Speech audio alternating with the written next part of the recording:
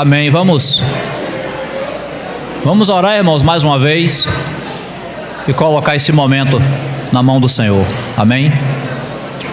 Mais uma vez, Senhor, oramos a Ti, humildemente pedindo que venha nos conduzir agora na ministração da palavra. Nos expomos aqui diante da Tua palavra, que o Senhor mesmo venha nos falar, venha nos lavar com a Tua palavra. O Senhor disse que as palavras que o Senhor fala são espírito e são vida. Que possamos, em nome de Jesus, receber a nutrição, receber a vida que vem da Tua palavra nessa manhã. Seja com quem fala e com quem ouve. Todos nós dependemos do Senhor. Seja para a Tua glória, em nome de Jesus. O Senhor venha cingir nossas mentes. Também todo levante das trevas, o Senhor faça cair por terra, em nome de Jesus. Tome esse ambiente, tome nossas vidas nas Tuas mãos. Em nome de Jesus, Senhor. Amém. Os avisos estão comigo, irmãos. Senhor, nosso Deus e nosso Pai, somos um coração do Teu servo. Te pedimos nesse exato momento que o Senhor tenha misericórdia de nós, que somos como um cão morto, Senhor. Quem somos nós para podermos falar da glória, da beleza e da majestade da Tua obra redentora no Calvário? Por isso precisamos nessa manhã, Senhor, que o Senhor venha nos encher com o Teu espírito de sabedoria, de entendimento, de revelação, no pleno conhecimento do Senhor. Que o Senhor possa iluminar a nossa mente, nosso intelecto, que o Teu Espírito Santo adorne nosso espírito, a nossa alma, todo o nosso ser, com a sabedoria não criada, a sabedoria da Tua bendita pessoa. Que possamos pregar a Tua sabedoria, Senhor, que é Teu Filho. Em Ti, Senhor, nós nos escondemos para que a Tua glória possa resplandecer nessa manhã em nosso meio, mais uma vez. Depositamos em Tuas mãos a leitura da palavra e o compartilhar da mesma, que possamos expressá-la como fosse os próprios lábios do Teu Filho amado, o nosso bendito Senhor e Salvador Jesus Cristo, que em toda a sua plenitude habita. Irmãos, a vós graça e paz da parte de Deus nosso Pai, do nosso bendito Senhor e Salvador Jesus Cristo.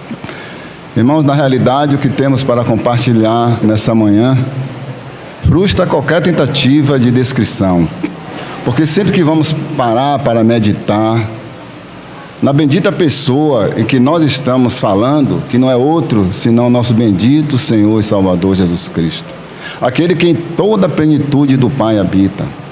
Como podemos falar daquele que não tem princípio nem fim, sendo nós que somos completamente limitados?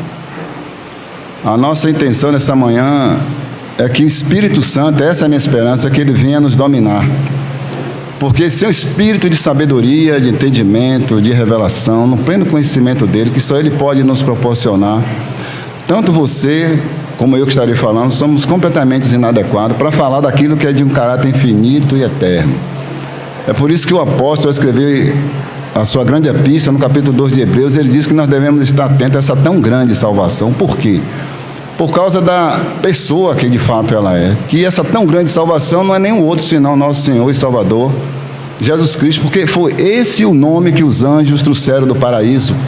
Eis que na cidade de Davi nasceu hoje o Salvador, que é Cristo o Senhor. Jesus Cristo, Salvador. É desse Salvador, irmãos, que eu quero chamar a sua atenção para essa bendita pessoa, que possamos olhar para Ele com nossos olhos iluminados e que toda honra, todo louvor e toda glória seja dado a Ele, porque somos completamente incapacitados. Na verdade, só sabemos aquilo que nós vamos ler, o que nós vamos expor nessa manhã. Nada temos para oferecer àquele que é fonte de todos os tesouros da sabedoria e do conhecimento, porque tudo está em Cristo. Nem você, nem eu possuímos absolutamente nada. O que é que nós temos para oferecer àquele, a qual é a fonte de todas as coisas? É a fonte da sabedoria, tanto para a sua igreja aqui na terra, como para os santos anjos. Porque tudo que nós desfrutamos como cristãos, como membro do corpo de Cristo, irmão, foi diretamente do cabeça exaltado, do cabeça que está sentado à direita do Deus Todo-Poderoso. Obrigado, irmão. Antes de começar, irmão, lermos a escritura, permita-me ler um hino de uma irmã chamada Emily Huntington Miller. Ela diz o seguinte: gosto de ouvir a história que os anjos cantam lá no céu. Vou repetir. Gosto de ouvir a história que os anjos cantam lá no céu, que o eterno Rei da Glória veio morar na terra. Esse é um hino infantil, foi feito para criança, mas a letra é muito preciosa, irmãos. Quando eu li esse hino, que eu gosto de ficar lendo hino do cantor cristão, da harpa cristã, esse hino me chamou muita atenção. É um hino infantil, muito precioso, que diz o seguinte: gosto de ouvir a história que os anjos cantam lá no céu, que o eterno Rei da Glória veio morar na terra. Sou fraco e pecador, mas isto eu certamente sei. O Senhor desceu dos céus para me salvar, porque Ele me amou muito. Estou feliz que o meu bendito Salvador já foi uma criança como eu, para mostrar quão puros e santos seus pequeninos podem ser. E se eu seguir os seus passos aqui embaixo, Ele nunca se esquecerá de mim, porque Ele me ama muito, para cantar seu amor, a sua misericórdia, as suas graças. Minhas canções mais doces levantarei. Embora eu não possa vê-lo, sei que Ele ouve o meu louvor, pois Ele gentilmente me prometeu que até eu poderia ir cantar entre os seus anjos lá no céu, porque Ele me ama muito.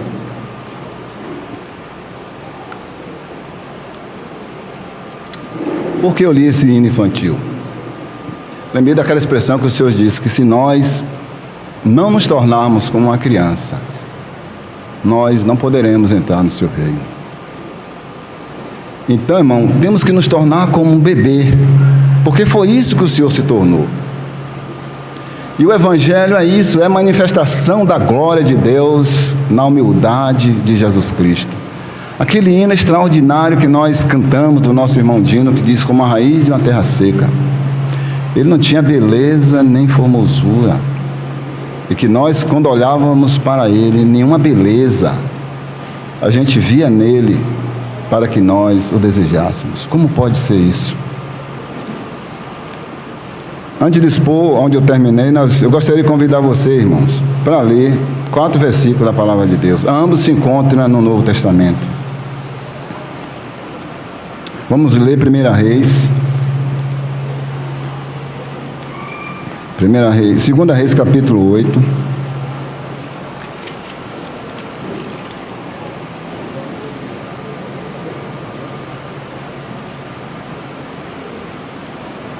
Versículo 27. Essa é uma das mais extraordinárias perguntas jamais feitas neste mundo. Depois de que o rei Salomão tendo sido decretado por Deus para que fizesse aquele templo, e quando a glória de Deus encheu todo aquele santuário, todo aquele templo, ele teve uma revelação extraordinária da magnífica glória de Deus. Ele faz uma pergunta excepcional, que nem você nem eu, irmão, temos condições de respondê-la. Eu creio que nem mesmo o rei Salomão, porque ele chega para Deus e faz a seguinte pergunta: mas de fato habitaria Deus na terra? Que pergunta extraordinária. Mas de fato habitaria Deus na terra? Eis que até os céus, primeiro céu, 1 Reis, capítulo 8, versículo 27. Então você deixa marcado aí no seu coração também. 2 Crônicas 2, versículo 6 é o nosso próximo versículo. 1 Reis, capítulo 8, versículo 27.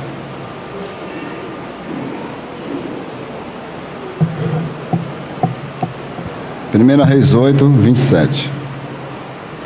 Mas de fato habitaria Deus na terra?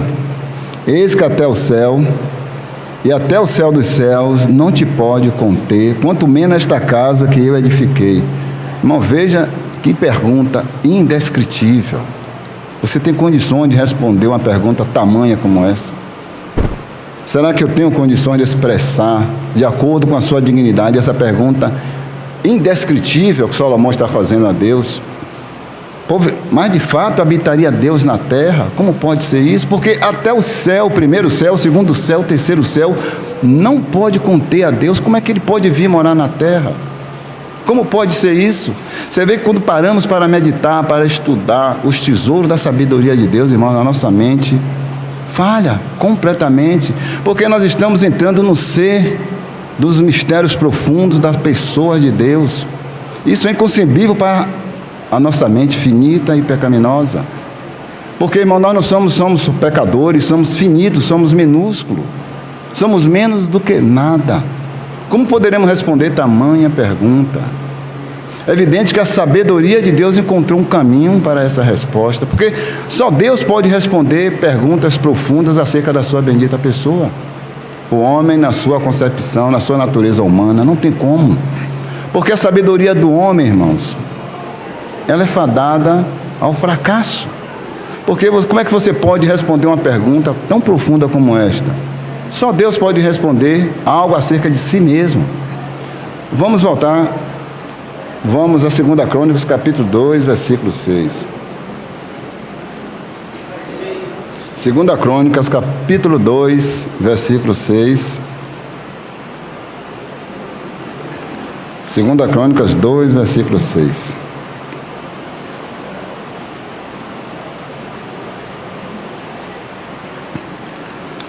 Versículo 6.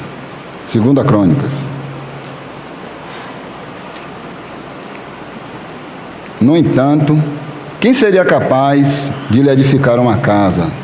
Visto, Senhor, que até os céus e até os céus dos céus não te pode conter.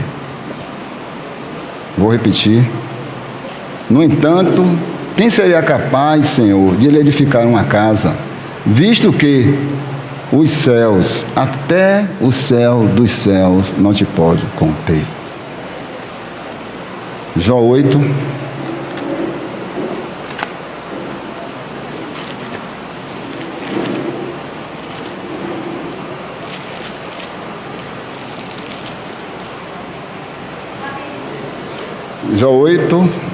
Jó capítulo 8, versículo 9.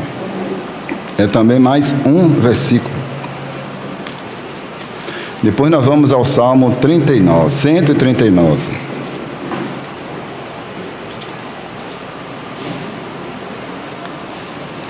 Jó 8, versículo 9.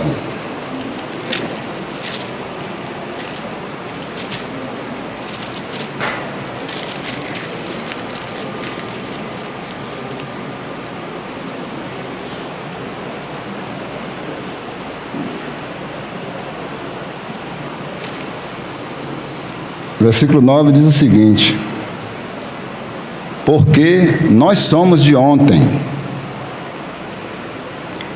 e nada sabemos, porquanto nossos dias sobre a terra são como a sombra. Vou tornar a repeti-lo. Porque nós somos de ontem, nada sabemos, porquanto nossos dias sobre a terra são como a sombra. Nós somos de ontem, quer dizer, nós somos seres passageiros que passamos. Eis que nada sabemos, irmãos, acerca das coisas profundas de Deus. Porque se você ler 2 Coríntios, capítulo 2, acho que o versículo 10 e 11 diz o seguinte: ninguém conhece as coisas de Deus. Ninguém conhece as profundezas de Deus, senão o Espírito de Deus que nele está. Então só Deus pode nos revelar algo da sua sabedoria. Só Deus, irmãos, pode trazer aquilo que está oculto nos nossos corações. É por isso que Romanos 11, 33 diz o seguinte: ó profundidade das riquezas, e o quê? E da sabedoria de Deus, quão insondáveis são os seus juízos. Quando você para na porta da profundidade das riquezas, você se sente completamente incapacitado. Como você pode conhecer os mistérios supremos da sabedoria de Deus? Porque nós somos de ontem, nada sabemos, só podemos saber aquilo que o Senhor nos revelar, segundo as riquezas da sua graça.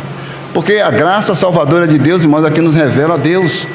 Eis que até os céus dos céus não pode conter a Deus. Como poderia Deus então vir morar na terra? Como pode ser isso?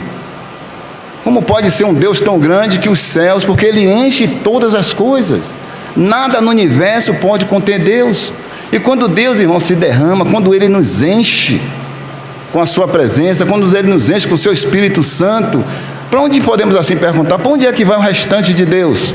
Se até o céu do céu não pode contê-lo, como é que nós podemos conter aquele que é infinito, que enche todas as coisas? E quando ele se derrama por amor de você e de mim, dentro de nós, para onde é, se é que podemos usar essa expressão, que vai o restante de Deus? Porque nada no universo pode conter a Deus. Como é que eu e você podemos conter aquele que os céus dos céus e até o céu dos céus não pode contê-lo? Porque aquele que se une ao Senhor é um espírito com Ele. Como pode o Senhor? Porque aquele que não tem o espírito de Cristo, esse tal, não é dele, não pode ser. Porque Deus não pode habitar em nada que não lhe pertença. Porque Deus é pureza absoluta, é santidade absoluta. Então Deus não pode habitar em nada que não contenha Cristo. E Deus só pode habitar em você e em mim por causa do Espírito de Cristo. Porque aquele que não tem o Espírito de Cristo, esse tal, não é dele. E quando ele se derrama, irmãos, quando ele se esvai, ele não se esgota. Ele é um oceano de profundezas insondáveis. Deus é indescritível, porque o céu do céu não pode conter a Deus. E Ele está em toda parte. Ele enche todas as coisas com sua gloriosa presença, mas não se esgota. Porque Ele disse a Moisés: eu sou o que sou. Os recursos, os tesouros da sua sabedoria, do seu amor, da sua bondade, das suas misericórdias, não pode sofrer acréscimo, nem também redução, porque Deus, Ele é o que é. Completo, perfeito, indescritivelmente indizível. Nem mesmo os anjos na glória podem descrever a imensidão da pessoa que é Deus. E nem o céu dos céus pode contê-lo. Salmo 139.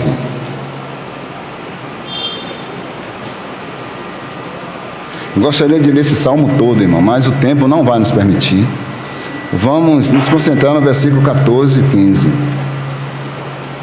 Esse salmo, irmãos, ele aponta para Cristo. Davi, sendo pois profeta, ele pôde profetizar de modo extraordinário a pessoa do Filho de Deus. Leia os...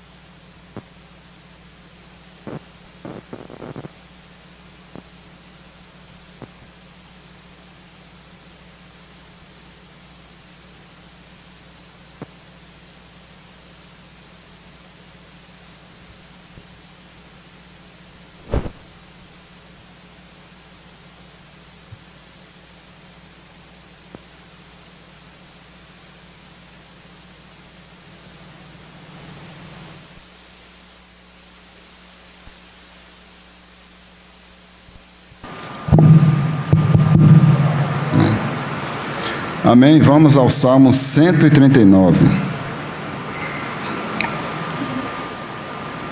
Graças te dou, Senhor, visto que... 139, 14.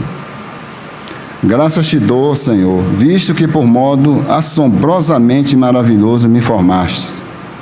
As tuas obras são admiráveis. A minha alma sabe muito bem, os meus ossos não te foram encobertos. Quando no oculto fui formado, entritecido como nas profundezas da terra, os teus olhos me viram a substância ainda informe. No teu livro foram escritos todos os meus dias, cada um deles escrito e determinado, quando nenhum deles havia. Que preciosos para mim, ó Deus, são os teus pensamentos, e como é grande a soma deles. Vou repetir o versículo 15. Os meus ossos não te forem cobertos, quando no culto fui formado, entretecido como nas profundezas da terra. Os teus olhos me viram em substância ainda informe. Irmão, para quem esse salmo está apontando? Amém. Para Jesus, irmãos, a encarnação, a descida do Filho de Deus, a descida do Deus manifestado na carne, a resposta para Salomão, para você e para mim. Porventura, habitaria Deus na terra, eis que até os céus dos céus não te pode conter. Que obra profunda é essa do Espírito Santo, irmão? Quando você olha para a encarnação, quando você para pensar na descida do Filho de Deus a este mundo, onde foi que ele habitou, que ele tabernaculou primeiro? Não foi no ventre de uma mulher? Não foi no ventre de uma virgem? Não foi no ventre de uma criatura? Aquele que até o céu dos céus não pode conter, como pois Deus poderia habitar na terra? Irmãos, é indescritível a sabedoria de Deus. Falta-nos linguagem para expressar a grandeza da sabedoria infinita. Por isso é que nós precisamos do socorro do Espírito de Cristo, para expressar aquilo que só Ele conhece. Porque nós somos de ontem, acabamos de ler no Salmo, e nada sabemos, como poderemos saber expressar da encarnação? Aí você para pensar, Deus no ventre de uma criatura, como um embrião, como um zigoto. Como pode ser isso? Aquele que é espírito não criado, agora veio na semelhança de um bebê, de um embrião, veio na semelhança da carne pecaminosa, mas sem pecado, semelhança. Porque Deus não tornou seu filho pecador, Ele tornou o que? Pecado por nós. Tornou o representante legal dos pecadores. Agora você pode ver a resposta de Salomão? Que sabedoria! Quem pode descrever as profundidades das riquezas e da sabedoria de Deus? Quão insondáveis são os seus juízos, irmãos? Isso é insondável. Não podemos sondar, nossa sonda não consegue sondar aquilo que é de caráter infinito e eterno. Filho amado de Deus, Deus de Deus. Porque no princípio era o verbo de João, e o verbo estava com Deus, e o verbo era quem? E o verbo era Deus. Quem é esse verbo? Não, o Filho bendito de Deus, agora Deus habitando no ventre de uma criatura. Como pode ser isso? O Criador e o sustentador de todas as coisas, no ventre da criatura, como pode ser, irmãos? Paramos para pensar por um pouco o que custou a Deus a nossa redenção, o alto preço que Ele teve que pagar por nós, a alta humilhação com que o Senhor se submeteu ao amor infinito do Pai, para nos revelar a sua glória, o seu amor, a sua compaixão. O apóstolo pode dizer, Deus prova o seu amor para conosco. Irmão, isso é uma humilhação para Deus, se é que eu posso usar essa expressão, provar que nos ama. Provar que de fato Ele nos ama, porque Deus provou o seu amor para conosco. Porque, irmãos, o amor de Deus é o próprio Deus. Não é que Deus simplesmente ama como eu e você, mas Deus é amor. João disse, Deus é amor. Essa é a sua essência, essa é a sua natureza. Deus é a fonte de todo o amor. Como pode ser que Deus pudesse habitar no ventre de uma criatura, aquele que criou todas as coisas, agora está confinado em um lugar minúsculo, como disse o rei Davi, pelo poder do Espírito de Cristo? Porque quando você lê o capítulo 1 de 1 Pedro, versículo 16, ou é 12, 16 em diante, eu não lembro bem, ele disse que essas coisas, irmãos, os anjos desejam bem atentar, porque o Espírito de Cristo que estava nos profetas anunciava as coisas que a glória, que os sofrimentos que ele devia vir a Cristo, e a glória que ele seguiria. Porque ele foi dado, ele foi revelado. Ele expressa da maneira seguinte: graças te dou, ó Deus, visto que por modo assombroso e maravilhoso me formastes. As tuas obras são admiráveis. É assombroso, é espantoso, irmãos. Até os próprios anjos ficaram estarrecidos. Quem poderia imaginar que Deus pudesse se humilhar de tal maneira, um Deus que é adorado pelos anjos?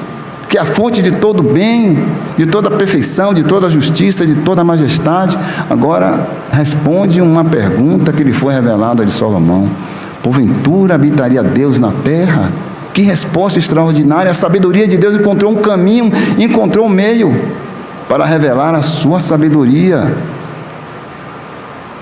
Graças te dou, visto que por modo assombroso e maravilhoso me informaste. Irmãos, é assombroso mesmo, e maravilhoso, indescritível. Deus no ventre da criatura. Deus no ventre da criatura. Você se lembra que quando Maria foi visitar Isabel, quando ficou sabendo que ela estava grávida do profeta João Batista, e quando ela chegou na casa de Isabel e de Zacarias, o que foi que aconteceu? Isabel pode dizer: de onde me vem me visitar a mãe do meu Salvador? Ela estava com Deus no seu ventre. E ela disse: porque quando eu vi a sua saudação, a voz da sua voz, a criança que está dentro do meu ventre, disse Isabel, ela soltou de alegria, porque é Deus, irmão, manifestado na carne.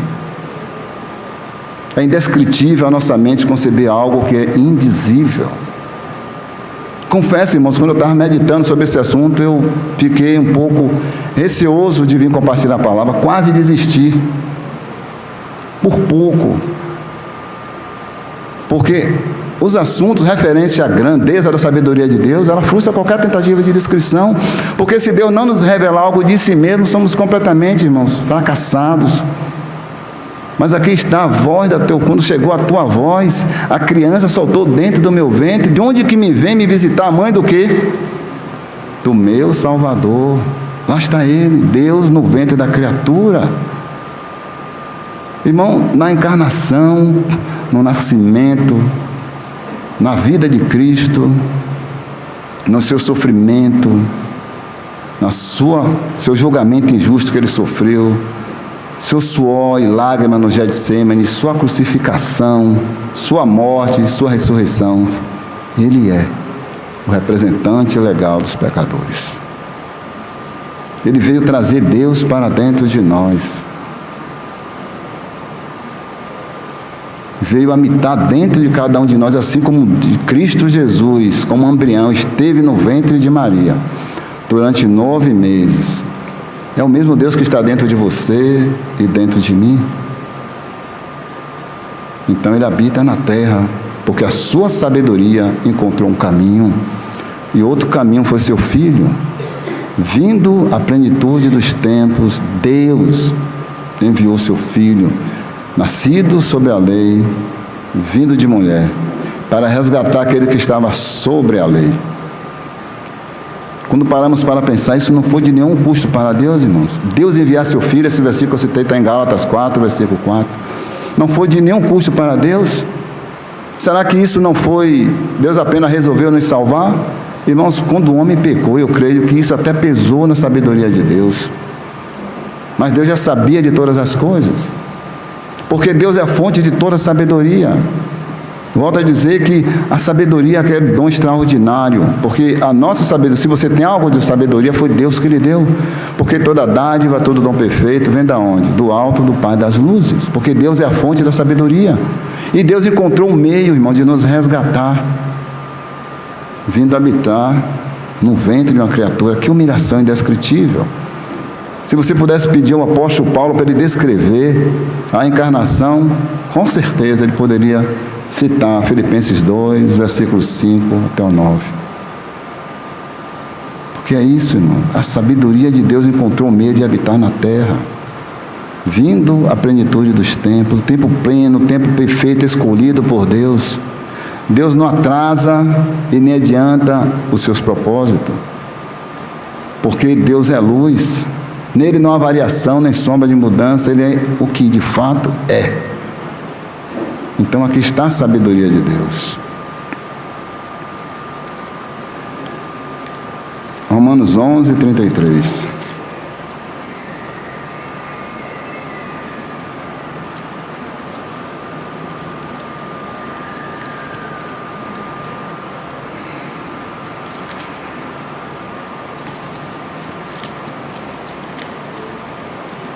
Romanos 11, 33 até o 36.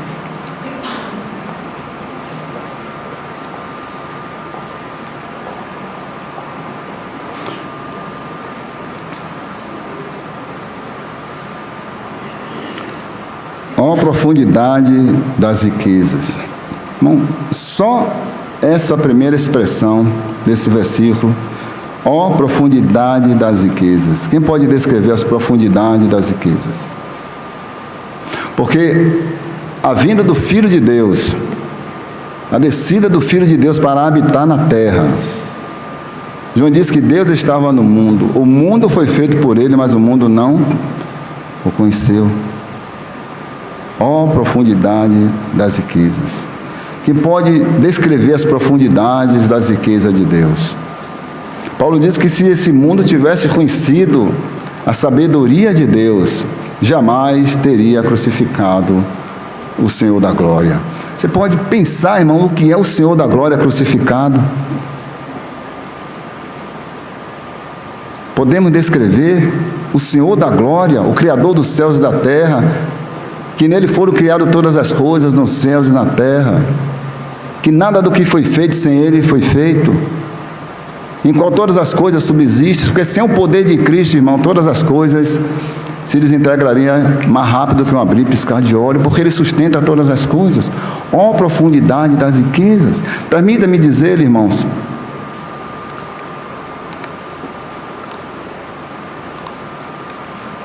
que aquele embrião no ventre da criatura, ele é mais velho do que a sua própria mãe. Parou para pensar? Jesus no ventre de Maria como embrião, ele é mais velho do que a sua mãe. Ó profundidade das riquezas. O que é isso? Da sabedoria e do conhecimento de Deus. Aquele embrião é muito mais velho do que José, que iria criá-lo. Porque quanto à sua natureza divina, Jesus não teve pai e nem mãe terrena, porque seu pai sempre foi o Deus eterno e imutável. Mas quanto à sua natureza humana, ele teve mãe, que é Maria. Mas aquele embrião no ventre de Maria é muito mais velho do que a criação dos céus e da terra, porque num princípio era o Verbo, e o Verbo estava com Deus, e o Verbo era Deus. Podemos descrever a sabedoria de Deus? Eis que até o céu dos céus não te pode conter, porventura habitaria Deus na terra? Sim, irmãos. Deus manifestado na carne. É a sabedoria de Deus. Paulo disse em 1 Timóteo 6, 3,16: grande é o mistério da piedade, Deus manifestado na carne. Isso é um mistério. Por que é um mistério, irmãos? Porque é a sabedoria de Deus. Porque é um mistério? Porque está no coração de Deus. O Evangelho é um mistério, mas passa a ser conhecido, porque à medida que Deus se revela para você e para mim, o Evangelho torna conhecido, porque é um mistério. E só Deus pode revelar as profundezas insondáveis da sua sabedoria, que é um mistério. O mistério da piedade não é outro senão Cristo. O mistério que foi revelado. A resposta está aí, a resposta de Salomão. Pode, porventura, Deus habitar na terra? Porque o céu não pode conter Deus, irmãos. Não pode, não tem como conter aquele. Como é que você pode imaginar que Deus está aqui, nesse exato momento, entre nós? E ao mesmo tempo Ele está na Indonésia. Ao mesmo tempo Ele está na Itália. Como pode estar na Bélgica? Ao mesmo tempo, o universo não tem como conter esse Deus tão grande. Mas Ele se reduziu de tal maneira, porque nos amou de tal maneira, porque a encarnação do Filho de Deus, a descida de Deus, irmão, na pessoa de Cristo, que é Deus, trouxe ao homem pecador o Evangelho da graça, o Evangelho do amor, da compaixão, da misericórdia, o Evangelho da salvação. Paulo diz que o Evangelho da verdade e o Evangelho da salvação. Ele está falando do Evangelho de Deus, porque Cristo é a verdade. Trouxe o evangelho da salvação. Por quê? Porque encontrou o pecador onde ele estava. Onde foi que ele estava? Em um estado de miséria. Porque ele estava morto nos seus delitos e pecado, como o nosso irmão leu na primeira parte da reunião. Trouxe o homem o evangelho da salvação, o evangelho da esperança. Por que o evangelho da salvação? Porque trouxe Cristo. Porque Cristo, Salvador, o Senhor. Hoje na cidade de Davi nasceu o Salvador, que é Cristo. Encontrou um homem no estado de desmerecimento, porque a única coisa que o homem merecia era a santa ira de Deus. Mas Deus o amou de tal maneira, que se humilhou de tal maneira, para nos tirar das trevas, das garras do príncipe deste mundo e nos transportar para o reino do Filho do seu amor. Lemos essas palavras com muito prazer e deleite, mas nunca paramos para meditar, irmão, no custo, no preço que foi pago, para que isso pudesse nos alcançar, que é o evangelho da verdade. A descida do Filho de Deus trouxe Deus para dentro de nós. Por isso que a Bíblia diz que nós somos o quê? Templo do Espírito Santo. Como pode ser que o céu dos céus não pode conter a Deus, mas o Espírito Santo pode habitar em nós, porque o Espírito Santo é o quê? Deus. 3 benditas pessoas, uma só divindade, porque há um só Deus, um só Senhor e um só Espírito. Sabemos que Deus não é o Filho, e que o Filho não é o Pai. Sabemos que Deus não é o Espírito Santo, e que o Espírito Santo não é Deus e nem o Deus Filho, mas os 3 são um. Por isso que Jesus, no último versículo de Mateus, capítulo 28, pode dizer: batizai em nome do Pai, do Filho, do Espírito Santo. A visão que Isaías tem, no capítulo 6 do seu livro, ele diz: Santo Deus Pai, Santo Deus Filho, Santo Deus Espírito Santo. Apenas um só Deus, um só Senhor. É por isso que nós temos nossa fé, porque estamos naquele que é um só Deus. Por isso que podemos dizer que Deus é um Deus 3 vezes santo. Santo, santo, santo. Agora esse santo Deus está no ventre da criatura. Morreu justo pelos injustos. Para quê, irmãos? Para nos conduzir a Deus. Não vou ser repetitivo, mas eu sempre costumo dizer que só Deus pode nos conduzir a Deus. Só Deus pode nos revelar a Deus. Porque, irmãos, sem o conhecimento de Deus, só estaríamos todos nós perdidos. Porque o conhecimento de Deus, só o Espírito Santo pode nos revelar. Porque o conhecimento de Deus é a porta pela qual Ele abre para nós desfrutarmos de todos os tesouros da sabedoria e do conhecimento de Deus. Porque Paulo diz em 1 Timóteo, 2 Timóteo 6,16, porque Deus é o único que é imortal e habita em luz inacessível. Como é que você pode conhecer aquele que habita em luz, que é inacessível? Porque ninguém pode ter acesso a Deus. Porque Deus é quem é, mas a sabedoria de Deus encontrou um meio. Porque por isso que Jesus pôde dizer: ninguém vem ao Pai senão por mim. Porque o Pai está no Filho e o Filho está no Pai. Porque quem honra o Pai, honra o Filho. E quem não honra o Filho, não honra o Pai que o enviou.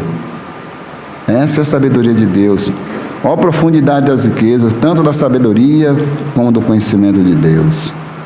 Quão insondáveis são os seus juízos. Irmãos, ninguém sugeriu a Deus, irmãos, quando o homem pecou, que seu filho deveria nascer a semelhança da carne pecaminosa, mas sem pecado. Quem sugeriu isso a Deus? Se Deus, dentro da sua sabedoria, escolhesse, informasse que seu filho iria se encarnar e que habitar entre os homens, e se Deus dissesse: agora vocês vão escolher a maneira com que o meu filho vai viver na terra, nenhuma sabedoria dos anjos poderia descrever. Se fosse você e eu, não. O nosso Senhor vai ter que nascer em um grande palácio real, com toda a dignidade, com toda a pompa, com toda a honra, que de fato um rei merece, porque Jesus é rei. Essa seria a sua ideia, provavelmente seria a minha ideia. Vamos anunciar, mandar que os anjos anunciem por todos os países da época habitados que o grande rei nasceu. Mas a sabedoria de Deus não fez nada disso, irmãos. Nada disso. Não nasceu em nenhum palácio real daquela época. Não nasceu em nenhum palácio de glória, coberto, enfeitado de ouro. Não, irmão. Ele nasceu em um estábulo. O Rei dos Reis nasceu em uma manjedoura. Aquele que criou todas as coisas nos céus e na terra, pela palavra do seu poder, não teve lugar para onde nascer. Nasceu em uma manjedoura, completamente desamparado, completamente indefeso, não havia lugar para ele. Ele nasceu na estribaria de Belém, na sua própria cidade natal. Quando você lê Miqueias capítulo 5, eu vou ler com os irmãos. Miqueias capítulo 5, versículo 2.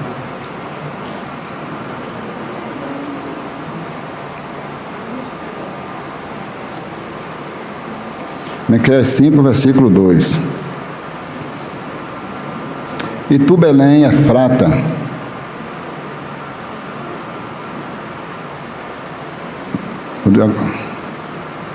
Miqueias 5, verso 2.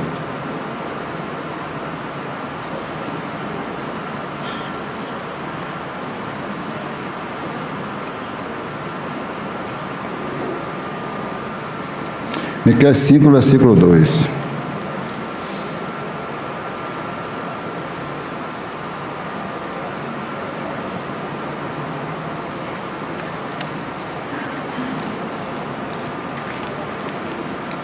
Versículo 2 diz o seguinte: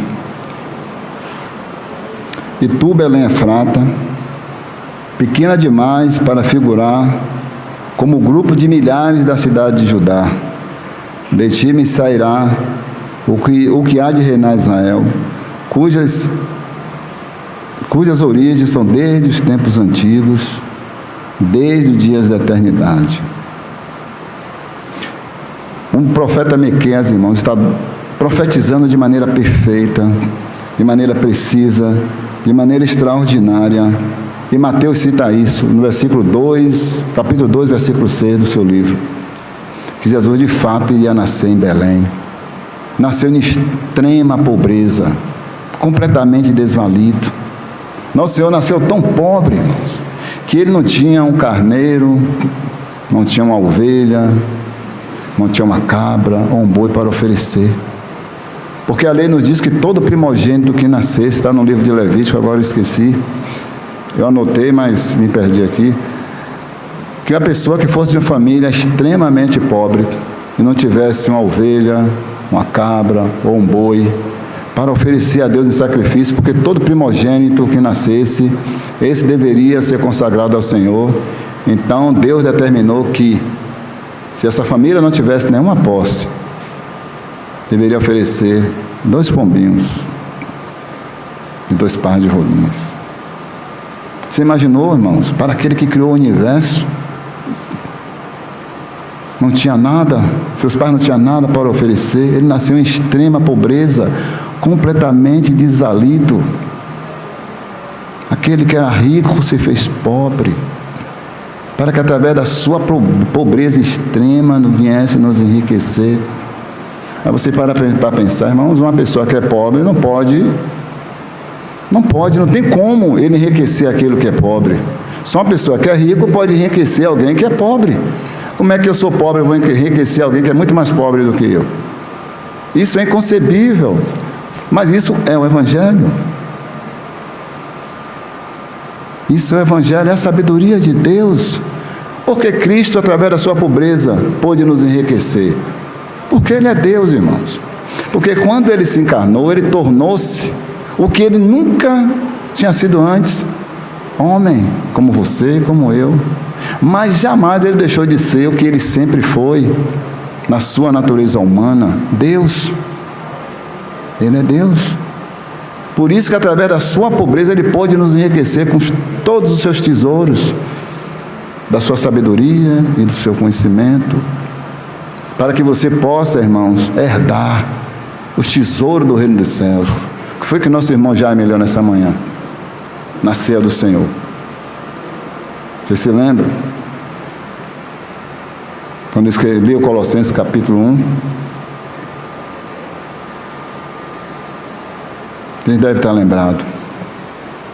Nossa vida está escondida com Cristo em Deus, irmãos. Cristo é o maior tesouro que Deus possui. 28:12 de Deuteronômio. Eu abrirei as janelas dos céus e de lá eu derramaria o meu bom tesouro. Qual é o maior tesouro de Deus? Não é Cristo?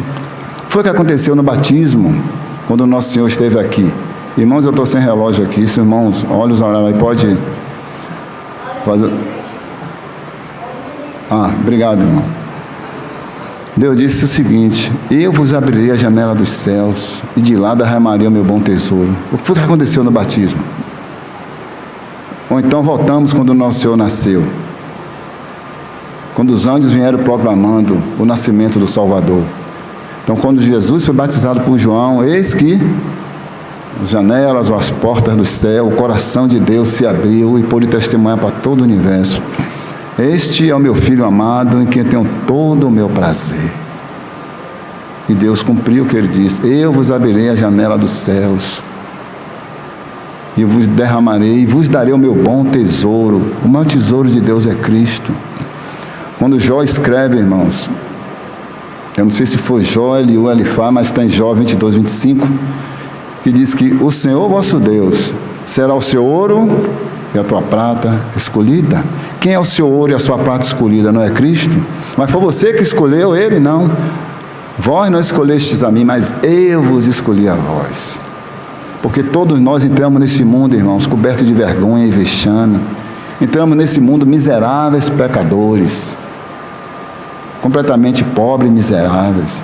Mas Ele nos enriqueceu através da sua pobreza. O que é que você encontra em Hebreus capítulo 1? Que Ele é o herdeiro de todas as coisas.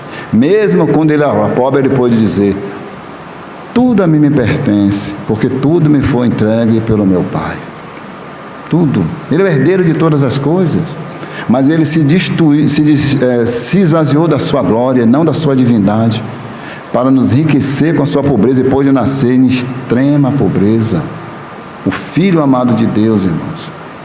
Quando você lê 9:58 do capítulo 9 de Lucas, alguém chega para o Senhor e diz: Senhor, eu te seguirei para onde o Senhor quer ir. Mas Jesus conhecia muito bem o coração daquele homem. Ele disse: olha, as aves dos céus têm os seus ninhos, as raposas têm os seus covis, mas o Filho do Homem não tem onde reclinar a sua cabeça. Você imaginou para pensar? Aquele Criador dos céus e da terra e tudo que nele há, aquele que do nada fez todas as coisas, não para preencher alguma lacuna, não, irmão, de maneira nenhuma, porque Ele é completo em si por si mesmo. Ele não necessita nem mesmo da adoração dos anjos, nem da sua e nem da minha, porque Ele é satisfeito em si mesmo. Ele é fonte de todo deleite, de toda felicidade. Mas Ele fez tudo isso para revelar a homens e a anjos a sua glória, a sua majestade, a sua beleza e seu amor. Aquele que era rico se fez pobre. É por isso que nós somos ricos em Cristo Jesus, porque Deus entesourou em seu Filho todas as riquezas da sua graça. O nosso irmão leu nessa manhã que nele habita toda a plenitude da divindade.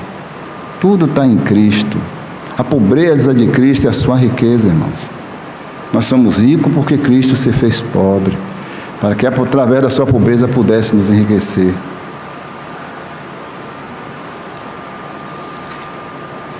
Voltemos para Romanos. Aí quando você lê João capítulo 8, 7, acho que é o último versículo, depois do Senhor Jesus ter pregado aquele sermão maravilhoso, e o apóstolo João, ele observa pelo poder do Espírito Santo o seguinte: ele diz que cada um foi para a sua casa. Aí o capítulo 8, versículo 1 começa o seguinte: Jesus foi para onde? Foi para a sua casa. Não é isso que está escrito lá? Não, irmãos. Não. João diz o seguinte: cada um foi para a sua casa. Jesus não foi para a sua casa. Jesus foi para o Monte das Oliveiras. Por que ele não foi para a sua casa? Porque ele não tinha casa, irmãos. Não foi o que ele disse? Que as aves dos céus têm ninhos, raposa, covis, mas ele não tinha onde reclinar na sua cabeça.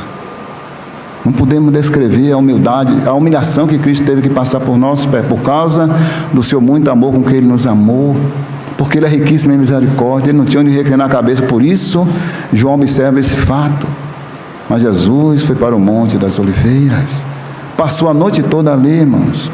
sem ter uma coberta para se aquecer do frio, sem ter algo para se defender dos próprios insetos. Você acha que Jesus não era picado pelos insetos?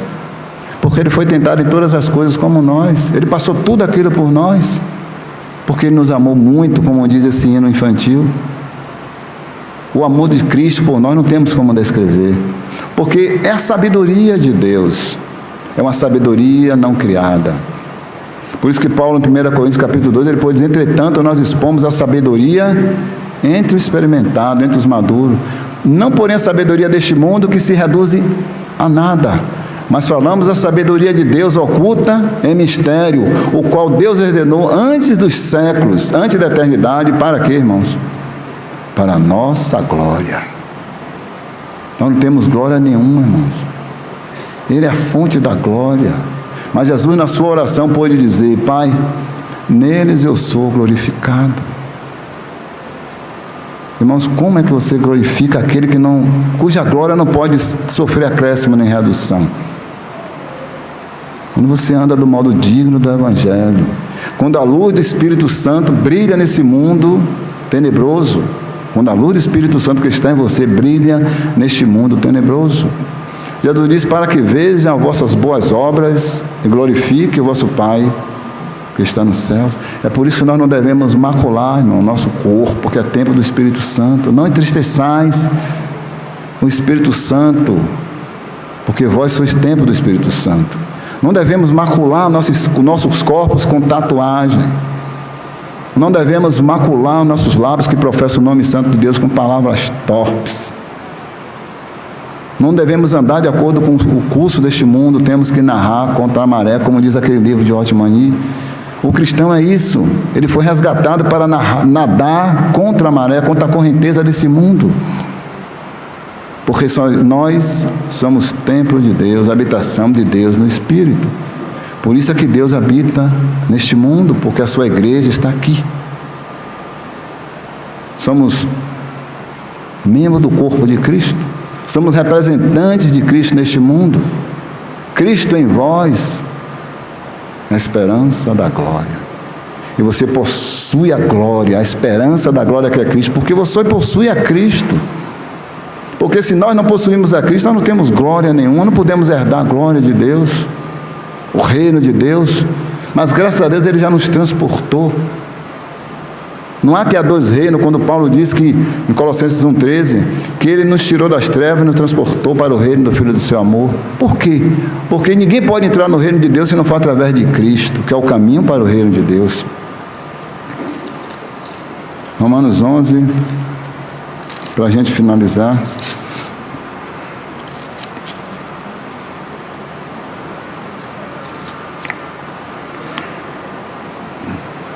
A profundidade das riquezas, tanto da sabedoria como do conhecimento de Deus. Quão insondáveis são os seus juízos e quão inescrutáveis os seus caminhos. O juízo de Deus, irmãos, quem pode descrever? Quem pode analisar como é que Deus julga todas as coisas perfeitamente? Quem foi que colocou no coração de Deus que quando o homem pecasse, ele deveria enviar seu filho a este mundo? Ninguém, irmão. Não foi ninguém que sugeriu isso a Deus, foi a sua própria sabedoria.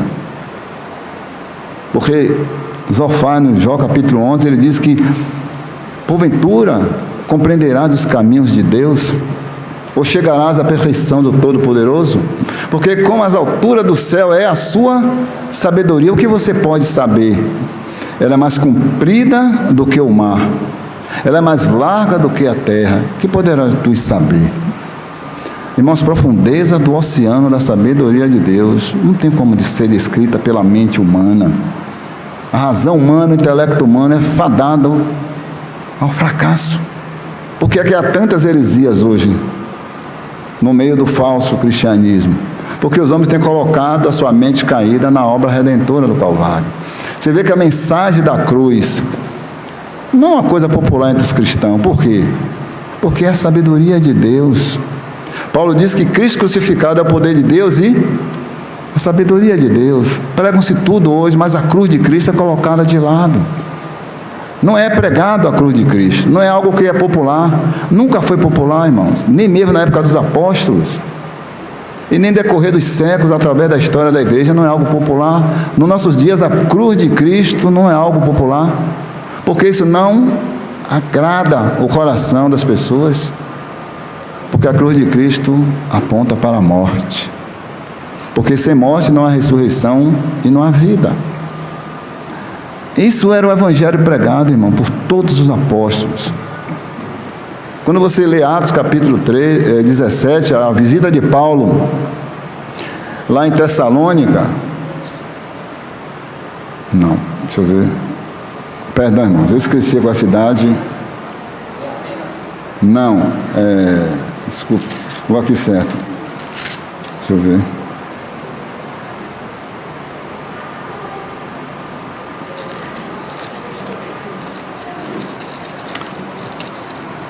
Vamos ler Atos 17. Eu vou ler para os irmãos ouvirem.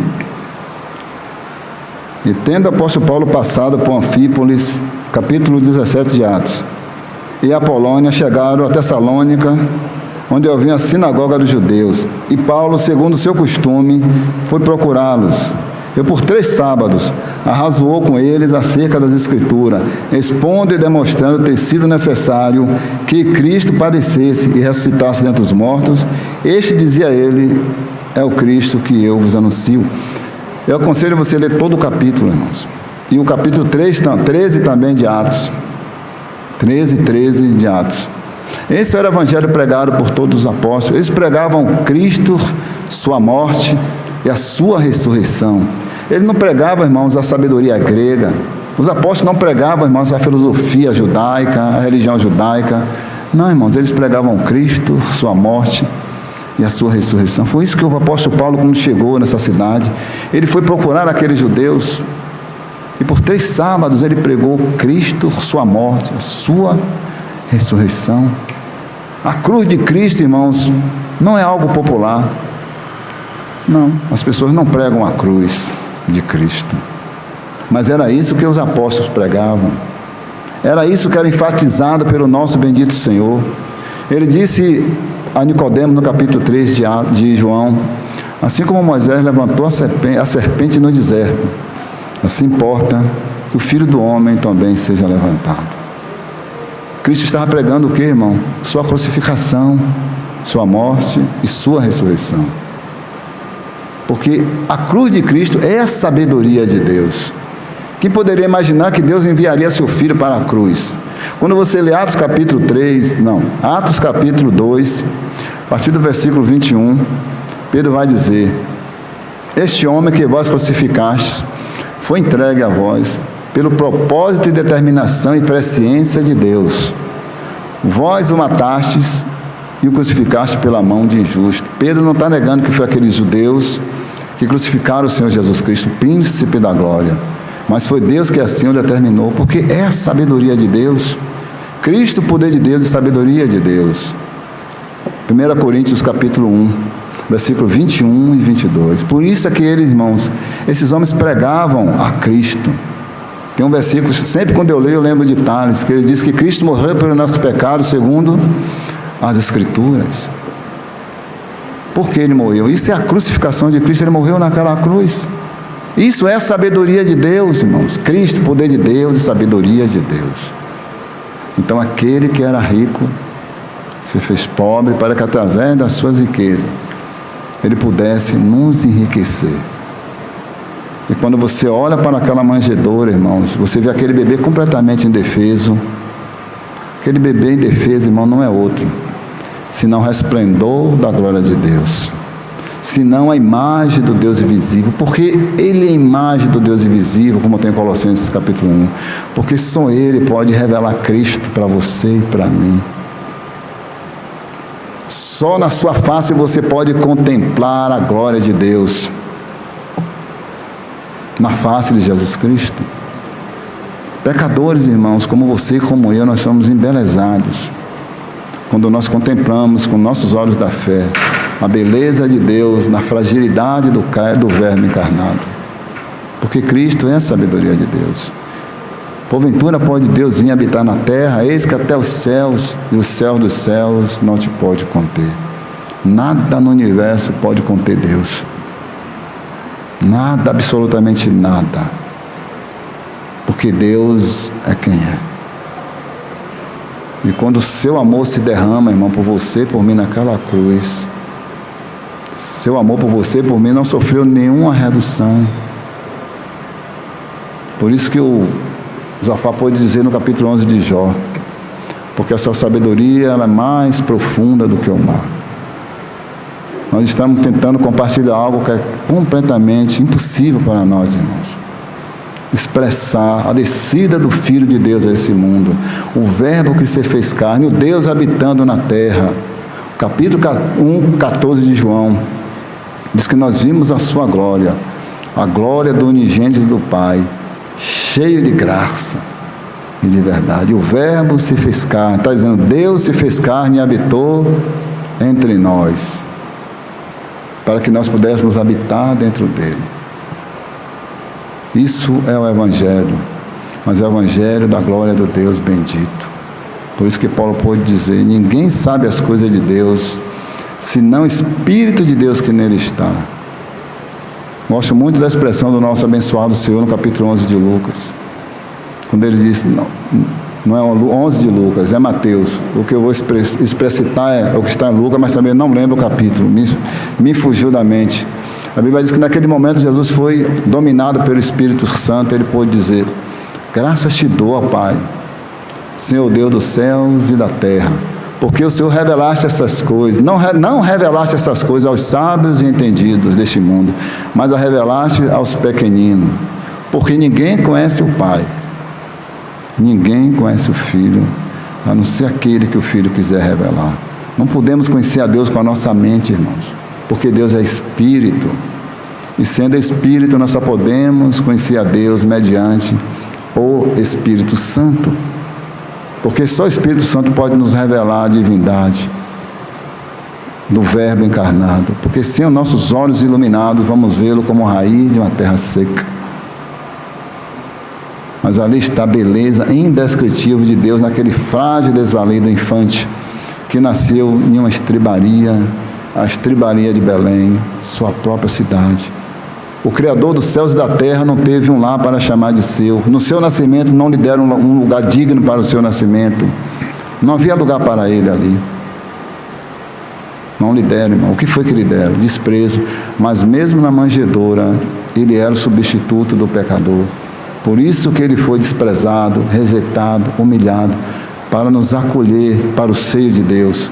Porque é no seio de Deus, irmãos, podemos saber que temos o seio de Deus disponível a nós. Porque Cristo foi excluído deste mundo, foi rejeitado no seu nascimento, para que pudesse nos acolher em seu seio.